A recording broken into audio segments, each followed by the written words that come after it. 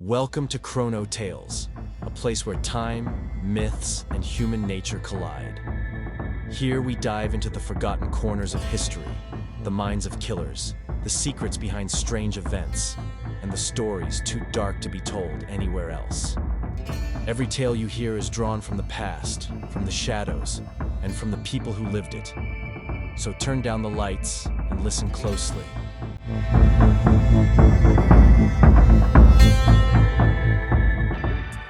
They say space is silent, but that's not quite true. Silence is never just the absence of sound. It's the presence of everything you've tried to escape. When Commander Elias Mercer first drifted beyond the reach of Earth's radio waves, he thought he understood what silence meant.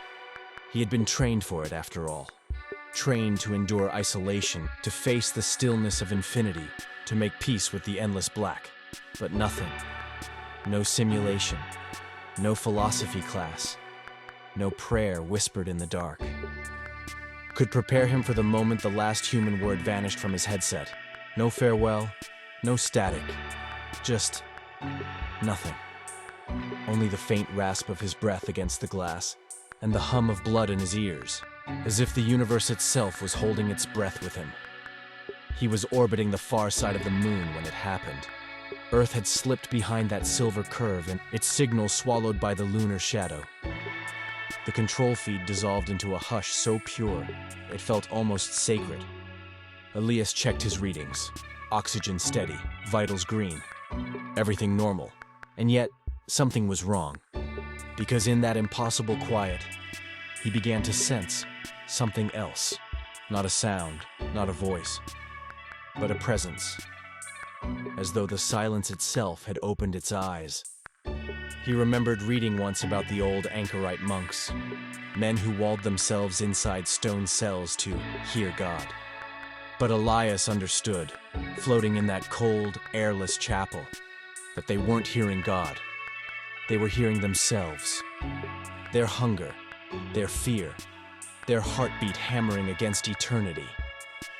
And now, he was one of them, a monk of the void.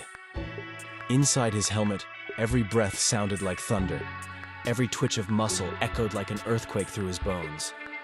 And then, slowly, his mind began to peel away the layers of noise, the chatter of ambition, the ache of failure, the half-remembered laughter of his son. What remained was awareness, bare, trembling, infinite. And that was when the silence spoke. It didn't use words. It didn't need to. It spoke in realization, in a cold rush of understanding that filled every cell of his body. It said, "You weren't looking for life out here. You were looking for yourself." He floated there, tears suspended like pearls inside his helmet, remembering the years he'd spent chasing this mission. The grant applications, the press conferences, the endless hours in orbit simulators. He had wanted to be remembered, to be someone. But here, among the stars, he finally understood the cosmic joke. The universe doesn't remember. It doesn't even notice. It only reflects. And in that reflection, Elias saw everything he had run from. His failed marriage, the son who barely knew his father, the look on his wife's face the day he left, saying he'd be gone just a year. He told himself it was for science, for humanity. But really, it was to escape himself. He had left Earth to touch the stars, but it was the silence that touched him first. There's something cruel about space, and it doesn't lie. It strips you down to your truest form. A fragile creature wrapped in machinery, pretending to be immortal. No audience, no applause, no distractions. Just a man, orbiting his own consciousness. Elias thought of Nietzsche. Whoever fights monsters should see to it that he does not become a monster himself. He wondered, what happens to men who fight infinity? Because that's what he felt pressing against him now, the infinite. A weight so vast it almost had personality. Beautiful, ancient, and utterly indifferent. He gazed out over the moon's horizon and saw Earth rise again, a trembling blue eye opening in the black. For the first time, he understood its fragility. Not as a planet, but as an idea. Everything he'd ever loved, every story, every war, every act of kindness, all of it contained inside that fragile marble of dust and breath. And it was so silent. He whispered into his dead radio, as if to test whether prayer still worked in vacuum. "Can you hear me?" No response. Just the hum of his oxygen feed. But in that moment, he didn't need an answer, because the silence had become one with him. He thought of all the years wasted asking questions. What's next? What's beyond? What's the meaning? Now he knew. The meaning isn't something you chase. It's something that finds you when you stop needing the noise. Hours passed. He should have been afraid. Instead, he felt a stillness so deep it was almost bliss. Maybe that's why prophets went into deserts and caves. Not to find God, but to let everything else die first. He closed his eyes, and for a moment he was back on Earth. In a quiet kitchen at dawn, coffee steaming, his wife humming an old tune. He remembered how he used to complain about the noise. The radio, the neighbors, his son tapping on his tablet. Now he longed for those sounds, those tiny imperfections of being human. He realized silence wasn't the absence of life. It was life stripped naked. The cabin scene appeared in his mind long before it existed in reality. He saw himself years from now, sitting by a lake, the water perfectly still, watching stars ripple across its surface.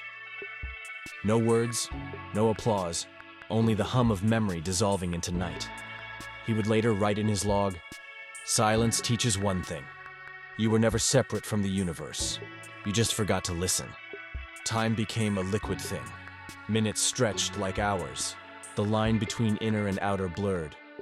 Sometimes he wasn't sure whether he was breathing, or whether the universe was breathing through him. At one point, he began to hallucinate, or maybe remember. He saw a boy on a swing set under a violet dusk. He heard laughter, high, unguarded, free. Then, the vision shattered, and all that remained was the mechanical ticking of his heart monitor. He thought of all the things he had traded for this silence. Birthdays missed, anniversaries forgotten, a son growing up without a father's hand on his shoulder. Was the cosmos worth it? Was the pursuit of truth worth the loss of touch? The silence didn't answer.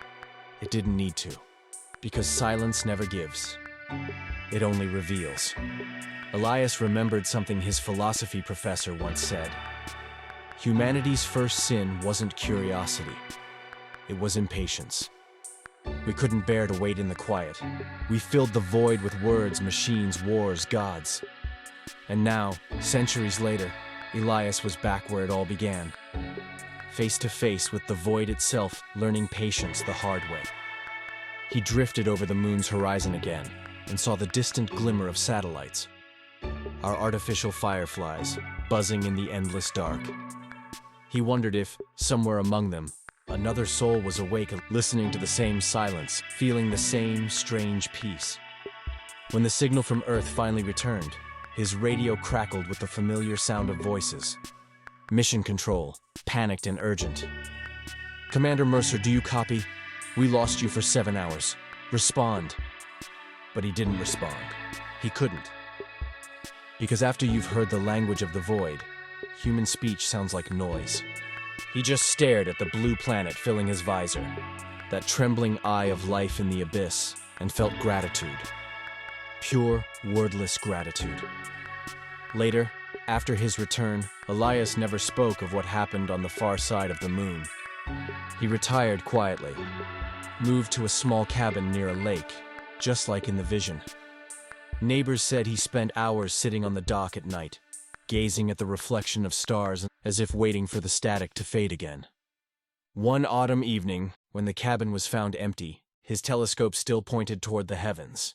There was a single line written in his notebook. "The silence is not empty. It's full of truth." And perhaps it was. Perhaps the silence wasn't the end of sound, but the beginning of understanding. Because the greatest discoveries aren't made by shouting into the universe. They're made by listening. And sometimes the universe listens back. This dash dash. is what Chrono Tales is about. Stories of the forgotten, the mythic, the eternal.